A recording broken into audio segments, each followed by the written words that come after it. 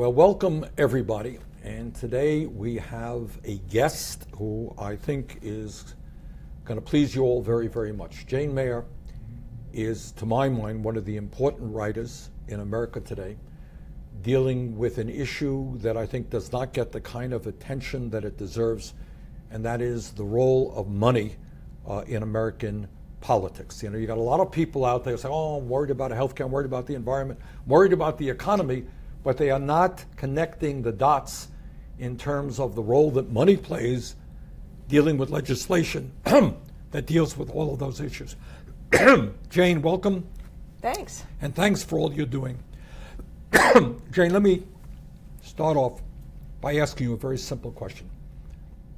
What is the role of money in American politics today? How significant is that issue? I honestly think you can almost not fix anything else until you fix the situation regarding money in American politics, because it affects every issue. What's happened is private interests have kind of captured large parts of the government because they have more sway and ordinary people don't get their point of view across. So I think it's incredibly important. Money in politics has always been important from way back when, right? I'm not a historian. From the beginning, from but Adam my and guess Eve, is my always guess. big money Yeah. guys were taking Right. care of their friends. Right. How is it different today? What role has Citizens United played in You that know, process? there's always been big money, as you say, and by the way, it's in both parties too. But what's happened is there's been an explosion of it since Citizens United. And if you take a look, I was just looking up the Watergate scandal. Today's money, the amount of money from Clement Stone, one of the evil characters in Watergate, would have been $12 million. Okay, we're looking at, in the Koch group alone, the Koch brothers have an organization, they wanted to put $889 million into the 2016 campaign. So we're looking at scandal. Let's say that again. Okay. Let's say that again. It's $12 million was the money that was considered a national scandal in the Watergate years. $889 million was the kitty that was going to be spent in 2016 by a handful of, as Bernie might, the Koch brothers, and a handful of, may I quote Bernie, millionaires and billionaires. Anyway, so the thing is, it's really, we're in a different place. The scale is hard to convey to people. We're in a bad place in a different place. And let's also be clear, is that the Republican leadership and the Koch brothers are not satisfied with Citizens United. They don't think it went far enough. They would like to now repeal all campaign finance rules. Right now, Koch brothers can spend their money on independent expenditures, set up some phony group, put ads on television to attack you or to support you. Right now, what they want to do is move toward the direct funding. So if you want to run for the United States Senate, here's your check for $100 million. You work for me. How far removed is that from literally making elected officials employees of the billionaire class? Well, I mean, I think the issue, to me, it seems like legalizing bribery, really, in a way. And the other thing that they're working towards is trying to hide all the money so that there would be no transparency whatsoever. They set up phony organizations. Right, and so you would then, there's an argument they make that it exposes them to criticism when they give this kind of money, and they think that that's unfair, and so they want to be able to give unlimited money without the public knowing it, and you know, it's just very hard for ordinary people's issues to get attention when there's that much money on the other side. That's the problem. All right. Speak in the middle of this huge upsurge in dark money is the Koch brothers. Why don't you tell us a little bit about the Koch brothers and the role they have played in billionaires being able to spend unlimited sums of money? Well, they are the owners, these two brothers, of the second largest private company in America, Koch Industries, which refines oil, makes chemicals, does all kinds of finance stuff, and has pipelines. And between the two of them, Charles and David Koch, are worth about $85 billion. So they've got a tremendous kind of unlimited amount of money to spend in American politics, and they've got very extreme views. And that's the thing that's interesting to me, was that they took these views, which were so far out on the fringe when they started getting into politics in the late 1970s. At that point, they were laughed at, basically. They ran against Ronald Reagan from the right because they thought he was a sellout. And what they've succeeded in doing, not just by spending, but by spending smartly, strategically, is move their ideology towards the center of the Republican Party at this point. All right, let's talk about two things. I think you're right. They have used their money very intelligently, not just in terms of campaign finance support for candidates, setting up think tanks. So when you turn on CNN and we hear some economists from some group, as often as not, that group will have been funded by the Koch brothers or some extreme right-wing billionaires. Talk a little bit about the kind of intellectual infrastructure they've established. So I think what's important is that they didn't just build an electoral machine. They have a formidable electoral machine with offices in 35 states and more private employees working for them in politics than the Republican National Committee. But is it fair to say, I'm sorry to interrupt you, yeah. Some people have suggested that they are in fact politically more powerful than the Republican Party. Is that true, do you think? I don't see them. How do you measure something like that? What I see is that they have pulled, they've exerted a kind of a gravitational force pulling the Republican Party in their direction by threatening to run primary campaigns against any candidates who won't follow their line. So they push and pull the party in their direction. But what I was going to say is, okay, they've got this formidable electoral machine, but the part that was harder to report on and took so many years to figure out is they've got a parallel kind of an ideological machine that it's in some ways more influential, and it's aimed at spewing out alternative facts, basically. To coin a phrase or to use a phrase from Kellyanne Conway, it subsidizes academic centers that have put out papers, think tanks, advocacy groups, grassroots groups, all kinds of things that create political pressure on the ideological front in the country. We are told that, for example, apropos of what you're talking about, that the Tea Party just was a spontaneous development of disgruntled, angry Americans. Just, they had enough. What was the connection between the Koch brothers and others in terms of the creation of the Tea Party efforts? Well, I should say, I do think there were actual disgruntled, angry Americans. This was after the economic meltdown in 2008, and people were extremely upset. But what happened was the Kochs had by then they'd been experimenting for a number of years and had built a sort of a political infrastructure in many states that they used to corral that anger and push it in their direction. So they organized rallies, they trained people how to protest, they gave them talking points, they gave them phone numbers of who to call in Congress. And so they what was interesting to me was that kind of anger could go left or it could go right. They pushed it in their libertarian direction so that the anger was trained on the government, because that's really the enemy to them. Right, all right. What is the connection between the Koch brothers apparatus and other right-wing groups like the NRA, et cetera? So there's a chart inside my book that you can look at that sort of, it's kind of dizzying, but they've worked with the NRA.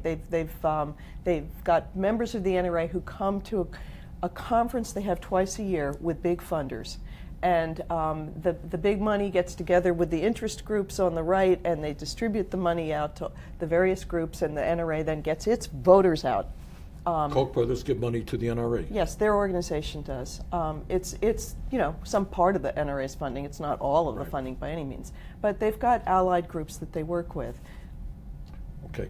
Now, what I think is not widely known, in the corporate media often describes the Koch brothers as conservatives, The truth is that correct me if I'm wrong here, in 1980, I believe, David Koch ran for vice president of the United States on the Libertarian Party ticket. Exactly. And I think the Koch brothers funded a good part of that effort. And they had a platform. And the platform was an extraordinary platform. During my presidential campaign, I would often speak about it. It didn't get a lot of coverage. But the bottom line, and correct me if you think they have changed their views at all, what these guys were essentially saying is, we don't want to cut Social Security or Medicare or Medicaid. We don't want to cut it. We want to end it. That's right. Because we believe that government itself should not be involved in retirement issues, should not be involved in health care.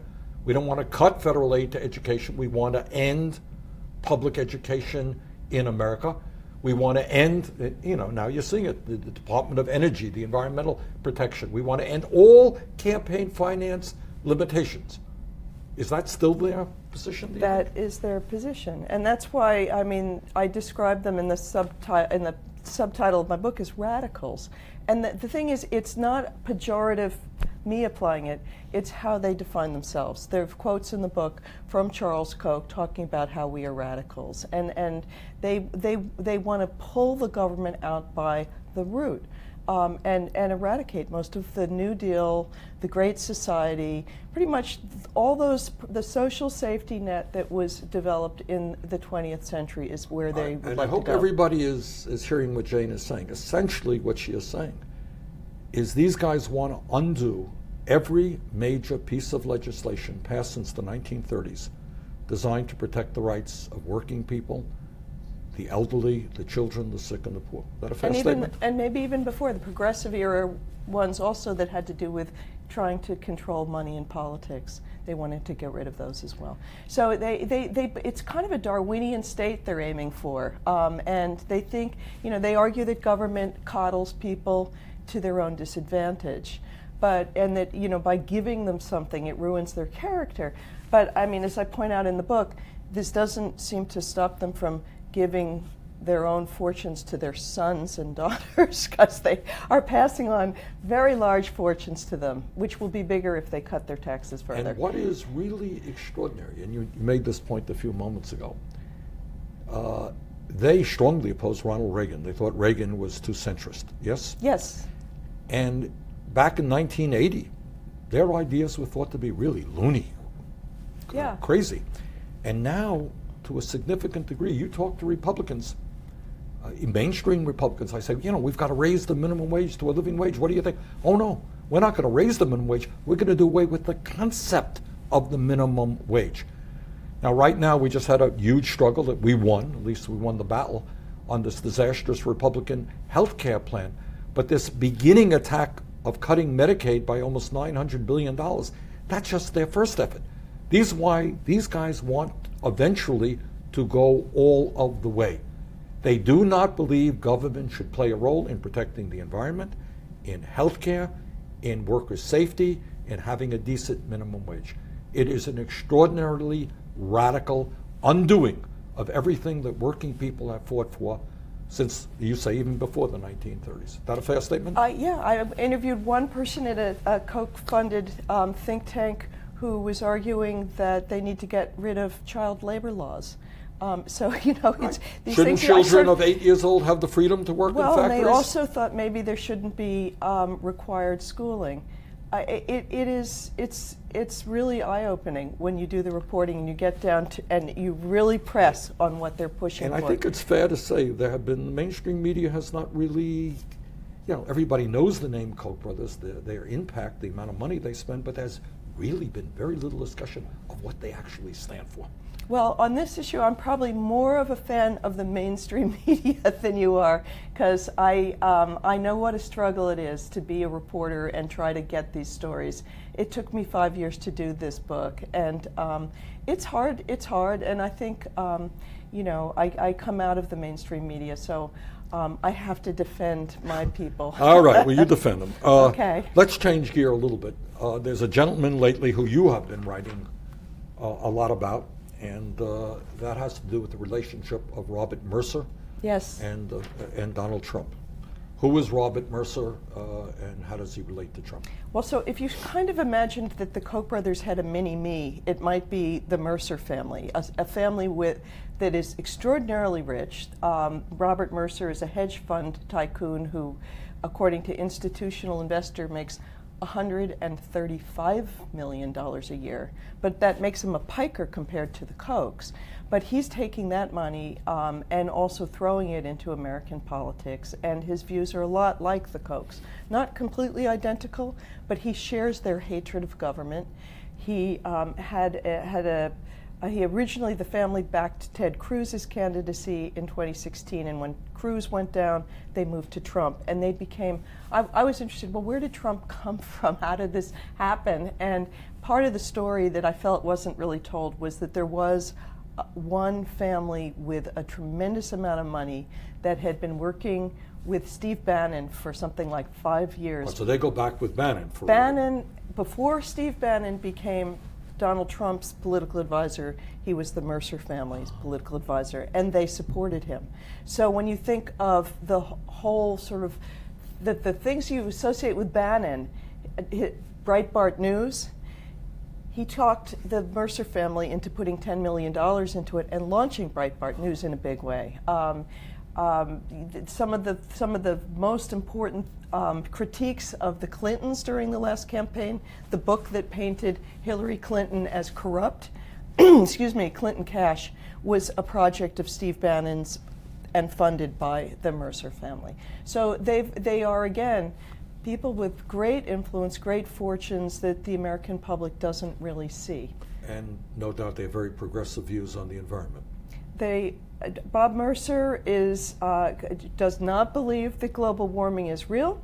He thinks if there is global warming, he argues it'll be good for people, but then he also argues that fallout from nuclear bombs, low-level radiation, is good for people, and that there was the kind of a silver lining after we bombed Japan in World War II, was that the radiation in the outskirts was good for the Japanese health. So he's got really peculiar views. Peculiar. And this is a man who has helped elect Donald Trump to become president of the United States. And his daughter Rebecca has mentioned the idea of a scientist who believes all these things too as our national science advisor. They've actually had some influence on picking who's in the administration, because she was on the transition team. See, when we talk about the Trump administration, we use the word, it's becoming hackneyed, I guess. We keep using the word frightening, but what can you say? And also, they're big into helping lead the effort in Islamophobia, aren't they not? They have, well, I mean, Breitbart has been a voice of nativism, nationalism, and racism to some extent, anti-Semitism, and Islamophobia. So, you know, it's really interesting. These are not stupid people. None of them are. But they are people with extreme views that I think probably couldn't be elected if they ever ran for office, because they're so far out on the fringe, but instead they're playing shadow roles by putting their fortunes behind people who can get elected and then owe them. Right. Now, you have covered, I think, some of the most important issues facing our country. There's another area that you have written on, and that is voter suppression and the so-called myth of voter fraud. Now, one of the areas that I am deeply concerned about is the attacks on democracy. So it's not just billionaires able to buy elections. It is a very deliberate effort on the part of many Republicans to try to suppress the vote, making it harder for poor people or older people or young people or people of color to participate. And they do that under the guise of voter fraud. That's just, we have, as Donald Trump told us recently, 3 to 5 million people voted illegally in the last election. Otherwise, he would have defeated Clinton in terms of the popular vote. Now, there's nobody of any authority, Republican or Democrat, who agrees with Trump in any way. But talk a little bit about this voter fraud mythology and what the ultimate goal here is. Well, again, this is the kind of fake scholarship that's come out of the think tanks funded by these partisan sources. And some of the idea of voter fraud has been promoted by the Bradley Foundation, for instance, which is a nonprofit that's funded by a lot of the same right-wing money. And it confuses people. People get worried and think that their votes are, going to be stolen or the elections be stolen. And it's just... Well, voter fraud is a serious issue if it was real. There just is, the scholarship, if you talk to real scholars, there's no evidence of in person, that is identity voter fraud. People don't want to risk a felony by pretending to be someone else for one extra vote. And what they do is conflate the fact that if somebody dies, they're still on a checklist. Right. That's voter fraud. If somebody moves, I think there are a lot of people around Trump himself who have been registered in various states. They have not. And Steve Bannon. In go. several states at once, but it doesn't mean that he committed voter fraud. Correct. So, I mean, one of the places where this has been the biggest issue is in North Carolina. Right. And North Carolina is in some ways a test kitchen for the Kochs. They've poured money into it. There's one figure down there, Art Pope, who is allied with them, who's helped create a lot of this confusion about voter fraud. And the significance of this is that Republicans will win elections if poor people, if older people, if working class people, if people of color are kept away from the voting booths. And that's exactly what the intention of this whole effort is about, is it not? Well, I mean, they wouldn't say so, but it certainly seems to be the effect of it. And, the one thing that you can do to balance out this kind of concentrated money is balance it with numbers. Right. And there are many, many, many more people in this country who are not millionaires and billionaires, and if they make it to the polls, they can make their voices heard. Right. All right. Jane, thank you very much. Thank you, Senator Sanders. I'm glad to be able to do this. Well, thank you not only for being here today, but thank you for your willingness to tackle issues that not a whole lot of people are tackling, and they are some of the most important issues facing our country. So well, thanks. thanks. I'll say one last thing, which is I come out of, as a reporter, your state of Vermont. I was a reporter for the Rutland Herald, and one of the things about it is there's not that much money in Vermont politics. So we've seen that it works better without it. Okay. Thank you all very much.